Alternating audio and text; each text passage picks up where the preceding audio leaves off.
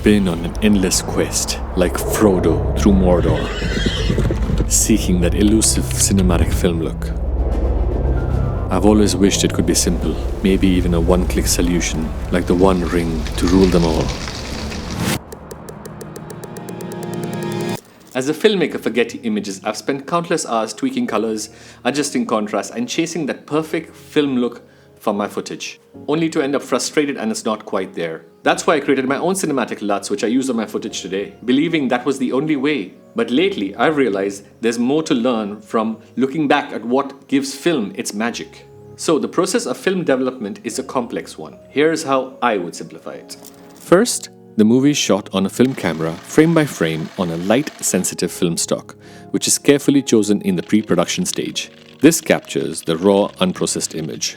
After filming, the exposed film is then developed into a negative through several chemical processes. It is called a negative because the colors are inverted. The negative is then physically cut to create the final movie using work prints, which is then color graded and adjusted for brightness and contrast to create what is called an interpositive. This is a non-inverted version of the film, which is then followed by creation of yet another negative called an internegative. And finally, using the internegative, several release prints are created using print stock. These are final copies which are sent to theaters to be projected on the big screen, and that's what we see in the movies. So in short, the choice of the film stock, the chemical processes, the adjustments of brightness and contrast, and finally the choice of print stock is what gives film its film look. Which brings me to Dehancer Pro. It is the closest thing to capturing the magic of true film. It's not just a shortcut. It's like having the magic of a film lab with film stocks, chemical processing, color grading, and the print stock, all within one plugin on a single node. It even has built-in halation, bloom, real film grain, and effects that give film its soul. So how do we know which film stock or which film negative is being used on a movie? For this, I use two free resources. One is Shot on What, and the other one is IMDb. So here on shotonwhat.com, you go under film, and you can see the film negative stock over here. And this is a list of all of them. There are tons of them. The ones that I use most nowadays is Kodak Vision 3 film negative film, right here. But there are lots of different versions used over time. And on the right over here, you can see the film print stock. The most common in this is, of course, the Kodak Vision Color 2383. Go ahead and explore any of these that you like, but if you go in the Kodak Vision Color 2383, there are hundreds and hundreds of movies that were released using this print stock. Once you click into one of these, you can see the film negative stock that was used to film this movie. There's Eastman, Fuji, Kodak Vision, and then the film print stock right here. For Interstellar, the similar thing, you have your film negative, and then your print stock, Eastman, Kodak, and Kodak Vision 2383 again. And as we progress with time, you can see how things will start changing. Now we're using Kodak Vision 3 over here, and the film stock is 2383. And with the digital age, this is shot on RE RAW, as well as some film negative stock. And then you don't see any print stock anymore, but you see labs that are creating the look for the films digitally. The same here as well. So here you can see the finishing method is digital intermediate finishing process. So this was shot on film and then later graded by film labs. Same here as well, shot on RE RAW, and then again, there's no print stock over here, but digital labs graded this. Now on IMDb, you can see the same thing. You just open any movie that you like, you scroll all the way to the bottom, and you click on Tech Specs. And under Tech Specs, you will see the negative format, so Eastman EXR 100T over here, and your print stock is usually over here. This is The Dark Knight, so negative was Kodak Vision 2, and the print stock 2383. The Lord of the Rings, Eastman EXR, Fuji Eterna 3513, Schindler's List, Eastman, and then Kodak 2383. Forrest Gump, Eastman, and Eastman EXR. So this is how you can understand what the movie was shot on. Now, armed with the knowledge from the world of cinema, we can use it to our benefit on footage shot on digital sensors. By the end of this video, you will be able to achieve the cinematic film look within minutes. So let's dive right into the details of the film look. I will go step by step and explain what each setting does within Dehancer. And if you want to skip ahead to see the examples and how this is done quickly, please use the timestamps. Full disclosure, Dehancer reached out to me to review their plugin and gave me a license to test it out. Here in DaVinci Resolve, let's look at some movie stills before we create our own. What I want you to pay attention to is within the vector scope where the colors lie, and also within the parade where the highlights and shadows lie. Look at the ratio between the red, green and the blue channel as we go through these stills. So for most movies, what you will see is the color is not spread everywhere in the parade.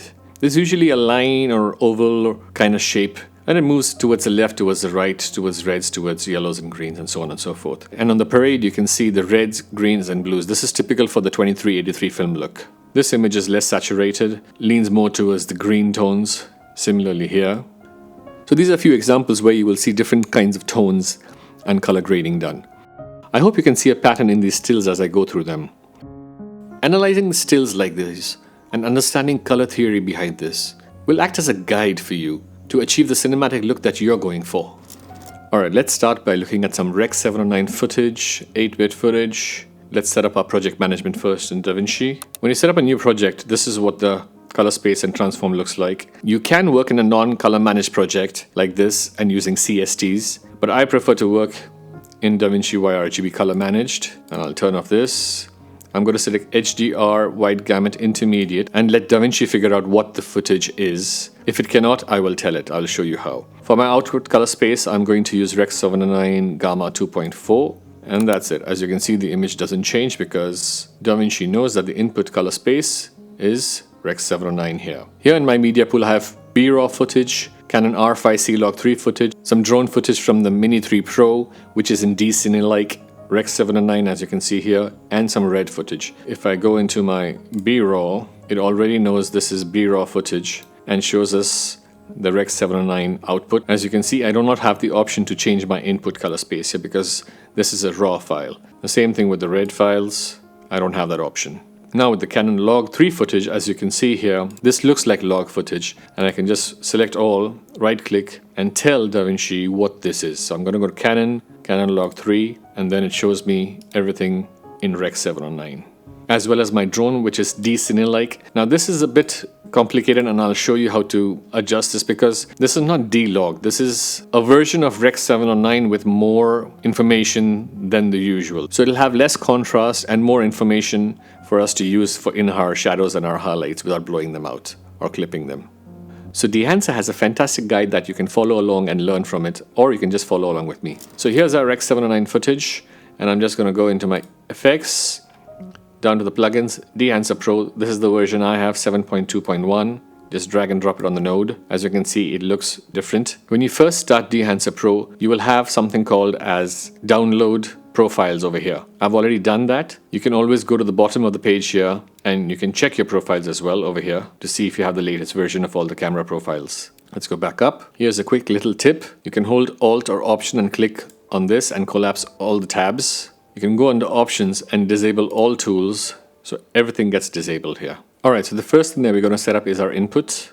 So our source is not Rec 709, even though it is, but we have told DaVinci to switch over to intermediate. We're not gaining anything out of Rec 709 and switching into intermediate, but that's what we're going to use here. And this is what I would recommend to do for all the other types of footage that you have as well. Just switch it over to DaVinci Wide Gamut Intermediate, and then you can forget about this. You can adjust your exposure, temperature, tint over here, but I don't usually do that. I would actually put a primary node in front of my nodes over here to do that bit. Or if it's a RAW file, I would do it in the RAW tab down here. And if you're using a non-color managed profile, you can always select your source and choose your camera. There's a ton of cameras in here. Let's just say Canon. You can see the camera lists down here. So let's go R5, and then you can see Log 3. But I don't prefer this method. I prefer to use DaVinci Wide Gamut Intermediate, and then forget about it. Don't be overwhelmed by this extensive tab menu over here. I'll walk you through it, and then at the end of this video, I'll show you how I use this very quickly in a couple of minutes to grade my footage and make it look very, very cinematic. If you remember, we spoke about the film negative right here and the print stock right here. And in between, we have the chemical process. Following the print stock, we have some adjustments that we can make to color. We have film grain, halation, bloom, film damage, film breathe, gate weave, overscan, vignette, and a couple of other options. One of them is to monitor and an output. Let's focus on the film negative, which is the soul of this plugin. From what we've learned so far, there are a ton of film negatives. This list is very extensive and even has some photographic film in there. There are some common ones, as I mentioned, like the Vision. There are some nice Fuji ones in here as well. Instax, some Cinestill, which is still being used today. My suggestion is to actually just click through this and see what you like. So let's go with Cinestyle 50. I'm going to enable this, and you can see the before and after. Just go through a few of these. After a little bit of practice, you'll know exactly what you want. Each of these negatives gives the film a different color and feel. There's some black and white ones in here as well. I love this Kodak Ektachrome. It looks fantastic. And then, like I said, there's the Kodak Vision ones. There's Ultramax. So I'm going to stick with this one. And I'm going to go to my print stock. If you look at my vector scope down here, it doesn't look bad at all. I'm going to enable this. You'll see that linear does nothing. It's just a pass through. Switch over from linear and let's go to Kodak 2383. And boom, that looks beautiful. On both these tabs, there are a few settings. Let's start with the film negative. So when you push or pull this film negative, you can increase or decrease the contrast. This is based on the exposure of the film, and Dehancer has captured this beautifully. So you can push or pull this in any direction you want to get the look that you like. Once we're done, we can just close that tab. Head over to our print tab over here. The target white denotes how cold or warm you want your look to be. So in case of Kodak 2383, this is very similar to the film looks within DaVinci Resolve, where you have Kodak 2383 D55, D60, and D65. At the moment, you can consider this to be D60. If I move it to the left and warm it up, it's 55. If I move it to the right, it's 65. You double click to reset. I'm happy with that. You can adjust the exposure over here, the tonal contrast. Keep an eye on the scopes. Make sure you don't crush your blacks or whites. The color density here provides perceptual saturation. You can decrease or increase the saturation without overall increasing the saturation of the entire image. This saturation here affects the overall saturation of the image. Now let's look at our parade over here, and I'm going to turn on analog range limiter. And this drops our highlights and raises our shadows to give it that faded look. Turning it on and off again, you can see that there. So these were the two most important tabs in here. I'm going to close down print, and now we're going to go open up film compressor and expand. I will demonstrate the film developer on the different footage, especially the drone footage, where it's like you're running the chemical process to create the look that you want. So we know that film has a higher dynamic range than our digital cameras, and that is why Dehancer created this film compression. It gives a beautiful roll-off to the highlight and lets you control the tonal ranges as well. So I'm just going to enable this. Keep an eye on the parade over here. So the impact is how much film compression is being applied. You can control this. The white point is what they call the film clipping threshold. You can actually increase or decrease the contrast of your image by moving this. And the tonal range determines the range at which the compression is applied. So 0 means there's no compression applied. And when you take it to 100, then it's throughout the entire range from the highlights to the shadows. So now you can see the effect of this a bit more, where you can clip the whites and increase or decrease the contrast. The defaults are pretty good in this.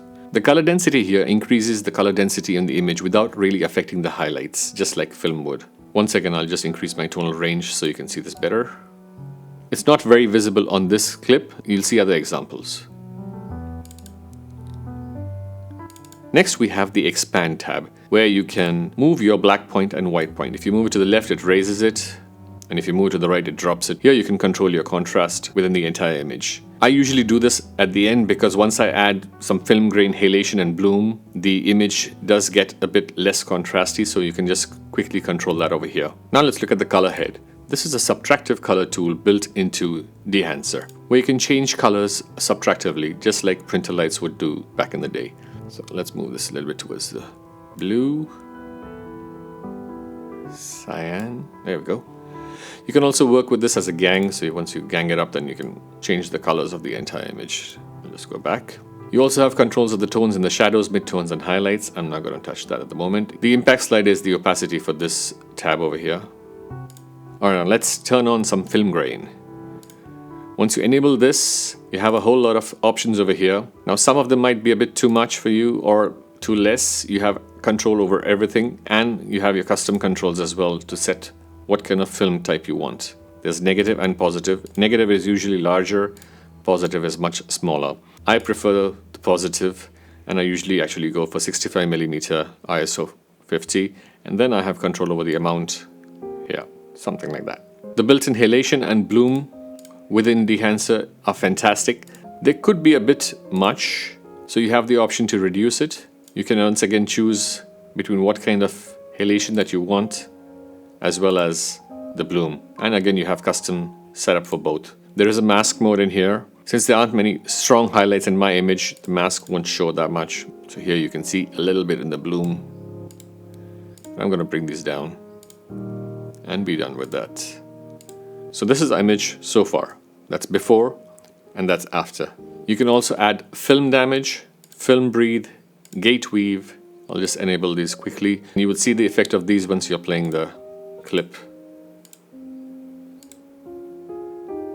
And you have several options within each one of these, as well as custom options. I don't really use these three unless I'm trying to create some effect. And then there's the overscan, which makes your film look like a scanned film. And you have a whole lot of options in here as well. But this is not something that I would use much. I mentioned I love the vignette, and once I turn it on, it gives a beautiful, very natural looking vignette to the entire image. The monitor settings. You have a false color setting in here, so you can very accurately change it and manage your skin tones if needed. There's also a clipping indicator to show if you're clipping your blacks or whites. So let's just go there. And there. On the output tab, you have a total impact slider, which is the opacity of the entire plugin on your image. You can also do this in the gain within DaVinci itself. The only place where you don't have control over the opacity within these tabs is the film negative tab, because you can't really shoot film halfway, can you? In order to get the opacity tab on this, you could just apply Dehancer on one node, select your film, and control it with the key output over here. On a second node, apply Dehancer again and control everything else. That's a good way to split things up if you want to. What I also like about this plugin is that you don't really need to apply a film look if you don't want to. You can just disable that and you can get the 2383 look on whatever footage the way you shot it. So you're going to use Dehancer to get that beautiful film look. So turn it back on.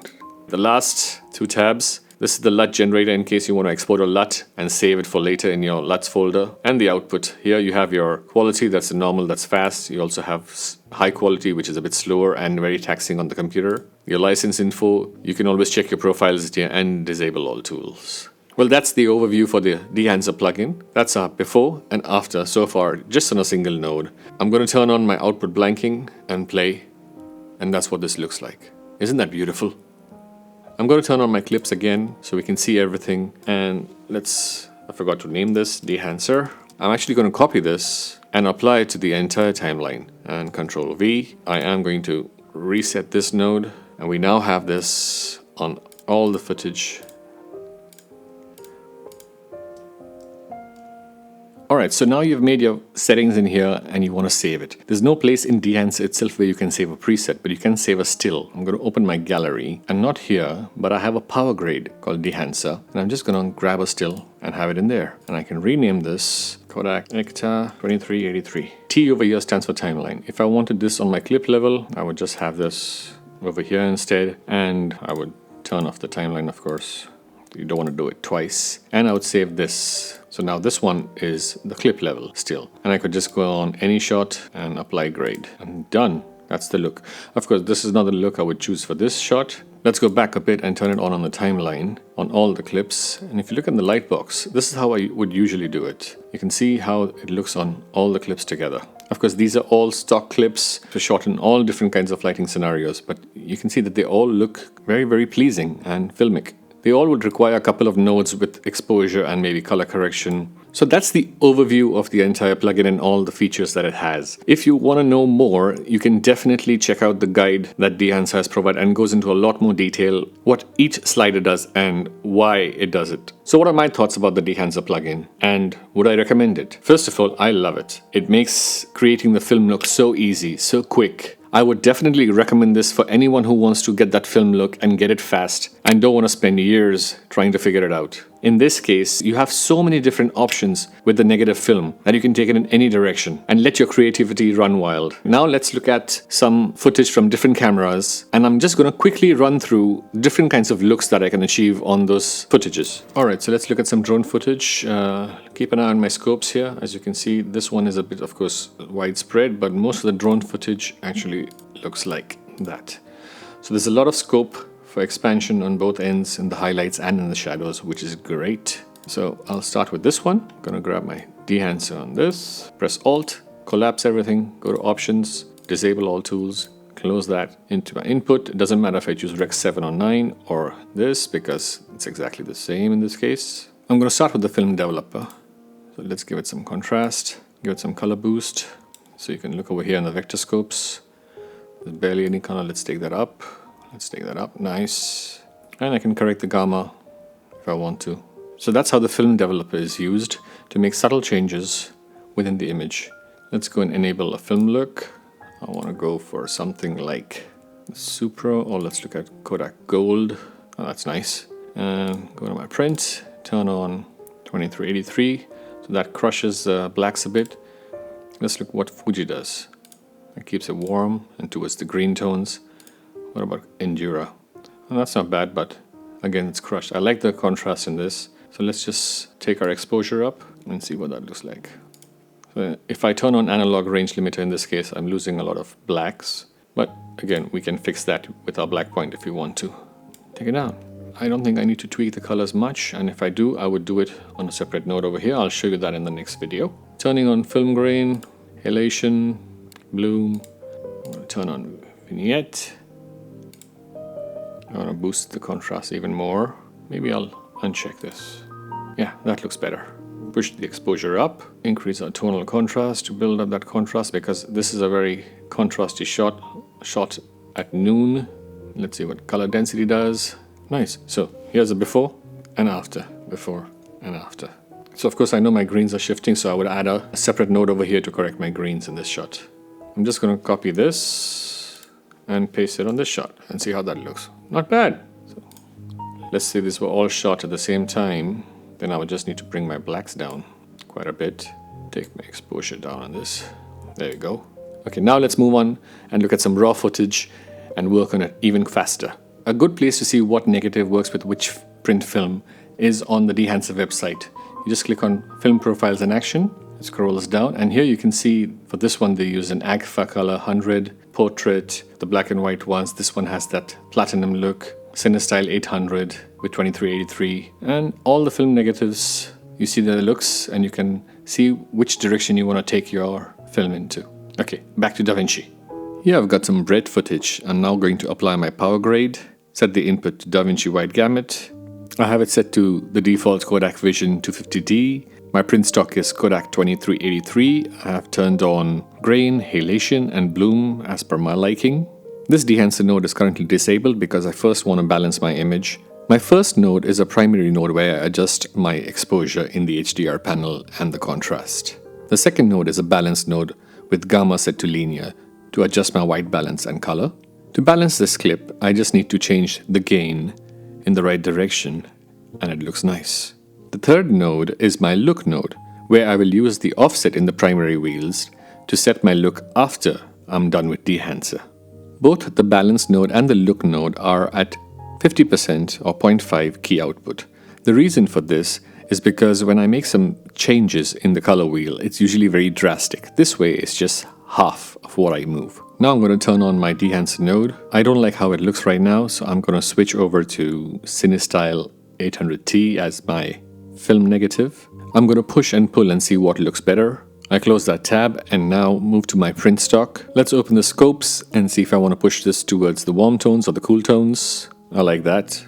I prefer it with the analog range limiter turned off in this case. Let's boost some tonal contrast right there.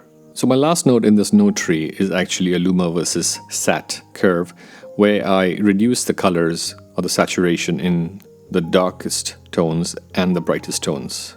Now that this is done, let's head back to the look node, shift our offset in one direction or the other, and see if we can make this look better. Just shifting it towards the greens to highlight the green in the background, and that's about it, and something like that. Here's a before and after. So I'm going to select the entire node tree and apply it to this clip as well. And with a little tweaking, I can get this looking just right. Let's now quickly grade some B-raw footage. I'm not going to say too much. I'm going to turn on the music and quickly run through this.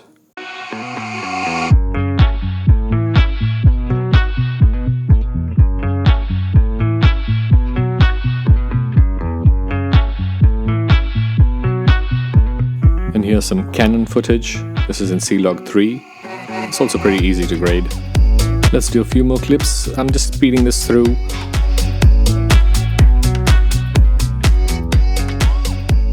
While you're at it, also check out the Dehancer website for their Colorist Awards. It's actually ongoing at the moment. Submissions end December 16th. They run this every year and the winners get some cool prizes.